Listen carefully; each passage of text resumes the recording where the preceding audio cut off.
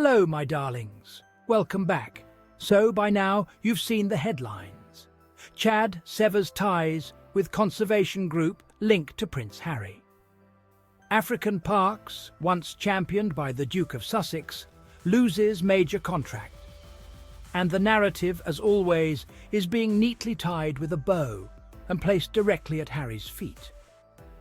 But what if I told you that this story has less to do with a park in Chad and everything to do with a years-long, sophisticated and largely invisible campaign to dismantle Prince Harry's credibility and his life's work outside the firm? Today, we're not just looking at a news story. We're connecting the dots. We're going to talk about African parks, the monumental NGO Harry dedicated 6 years of his life to. We're going to talk about the billion-dollar interests behind conservation. We're going to talk about the Windsor family business model of reputation management and why Harry's independent success is their greatest threat. Buckle up, because we're about to make it rain some truth. To understand the headlines, we must first understand African parks. This isn't just a charity, it's a bold model for conservation, managing national parks in partnership with governments. Their mission to secure Africa's wild landscapes for both wildlife and people. African Parks manages over 20 parks across a dozen countries, covering millions of hectares. They've reintroduced lions, rhinos and cheetahs to areas where they'd vanished. Prince Harry is not a distant figurehead. He's an active board member, deeply involved on the ground. His connection to Africa is personal and long-standing.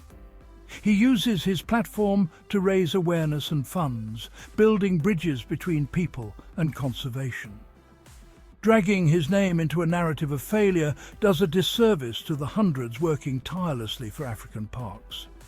Their story is one of hope and revival, often missing from sensationalized reports. Now, let's talk about the pattern.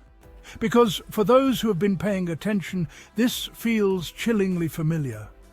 Cast your minds back to Sentebale, the charity Harry co-founded with Prince Seeiso of Lesotho to help children affected by HIV and AIDS. For years, it was a shining success. Then suddenly, a wave of negative press, questions about funding and internal struggles. The institution that had supported him for years seemed to stand back as his pet project was picked apart. Coincidence? Or a classic case of cutting off supply lines to force a surrender? The campaign against African parks has been more subtle, but no less real. Remember the sources in 2023, right around the time of Harry's move to the board, whispering that William was deeply concerned about African parks, that he was lobbying for Harry to be removed? William's fingerprints were all over it. The narrative was clear. Tie Harry to an organisation, then slowly, methodically, seed doubt about that organisation's practices. The accusation? That African parks doesn't operate completely within the law because it empowers local communities and outsources work. My darlings, let's deconstruct this. Empowering local communities is the gold standard of modern ethical conservation. It's what separates a colonial model of fortress conservation from a sustainable one that gives people a stake in protecting their own natural heritage. Framing this as a negative is not just disingenuous. It's a deliberate misrepresentation designed to make ethical practice sound shady. This is the playbook. Identify Harry's pillar of strength. Seed negative, often distorted, stories in the compliant press. Create a cloud of suspicion.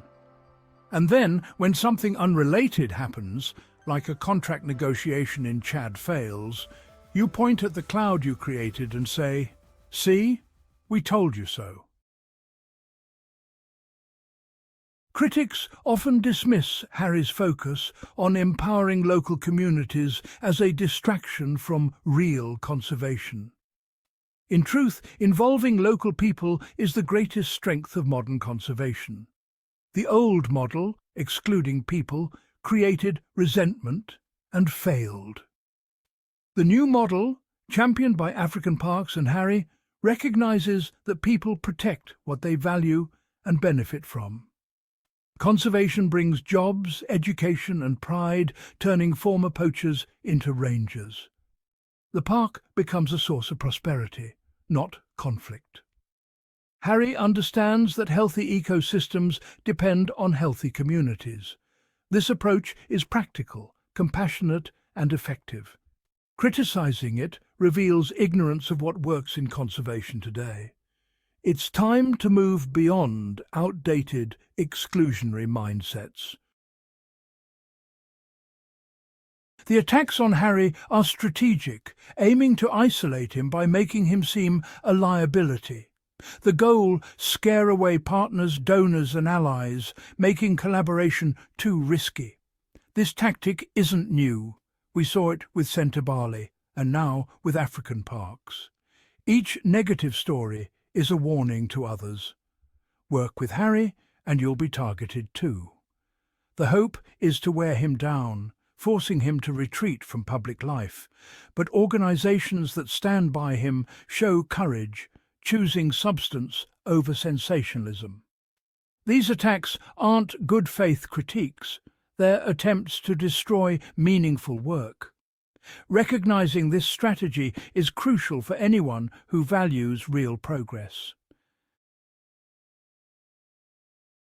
Ironically, the campaign to discredit Harry is backfiring. Instead of damaging his reputation, it's drawing attention to his work and African parks. People are asking, what does Harry actually do? What is African parks? The attacks have sparked curiosity, leading many to discover the substance of his efforts. The pettiness of the criticism exposes the motives behind it. The disproportionate focus on Harry and Meghan makes the campaign obvious. Rather than diminishing him, the attacks highlight his resilience and dedication. The more he's targeted for his humanitarian work, the more he's defined by it. The ultimate goal of the Windsor campaign isn't to destroy African parks. It's far too big for that. The goal is to isolate Harry. It's to send a message to every other charity and organisation. Associating with the spare comes with a heavy price. We will make your life difficult. The negative press will follow him, and by extension, you. It's a chilling effect. It's economic and reputational warfare aimed at one man. But here's the beautiful, ironic twist. If William and his allies are indeed behind this, they are, as you said, unintentionally doing Harry a solid. Why? Because the world is waking up. The old model of monarchy, built on deference and controlled narratives, is crumbling. The sight of a future king, allegedly spending his time and energy sabotaging his brother's legitimate, globally respected humanitarian work, is not a good look. It's petty, it's small, and it reveals a stunning lack of vision. While one brother is mired in palace intrigues, the other is on the world stage, working with NGOs, addressing veterans' mental health on a global scale and building a life of purpose. The contrast is becoming undeniable. So, my darlings, what do we do with this? We get smarter. We look past the headline. When we see a story about Harry and a charity, we ask, who benefits from this narrative? What is the larger pattern? Harry doesn't need us to fight his battles, but he does deserve an audience that can see the invisible architecture of the attacks against him. He is making his own way, building Archewell, serving on boards and doing the work. Our job is to see the smear campaigns for what they are, to celebrate the work that continues, and to ensure that when the history of this era is written, it records not the lies that were told, but the truth that persevered. The walls of the echo chamber are cracking. Let's not just watch them crumble. Let's help push. Keep supporting, keep questioning, and as always, make it rain with truth.